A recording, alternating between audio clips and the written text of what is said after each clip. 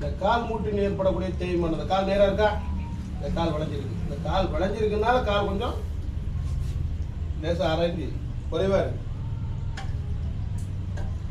விபத்து, விளையாட்டு, சண்டை, ஏதோ ஒரு விதத்தில் எலும்பு முறிவுகள் ஏற்படும் பொழுது இந்த காலோட அமைப்பு மாறி கால்கள் வளைந்து போயிடும்.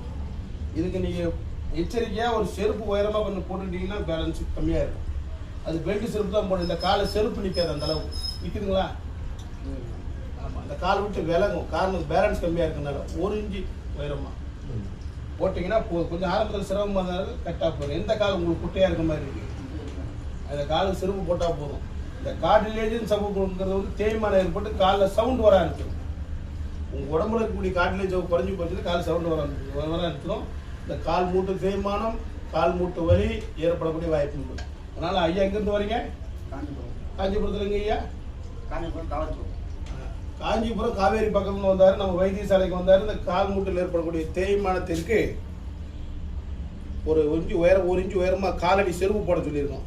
அப்படி போட்டோம்னா அந்த வளைவு கொஞ்சம் குறைஞ்சி போய் சீக்கிரமாக அவங்க நல்லா சரியாகக்கூடிய வாய்ப்பு உண்டு. நம்ம வைத்தியசாலை காலை 5 மணி 12 மணி வரைக்கும் கால் மூட்டு தேய்மானம், கால் வலிக்கு அற்புதமான வைத்தியம் பார்க்கணும். ஈரோடு பக்கத்தில் பள்ளிப்பாளையத்தில் பேசுகிறேன். வெங்கட்ராமன் வைத்தியர். நன்றி, வணக்கம்.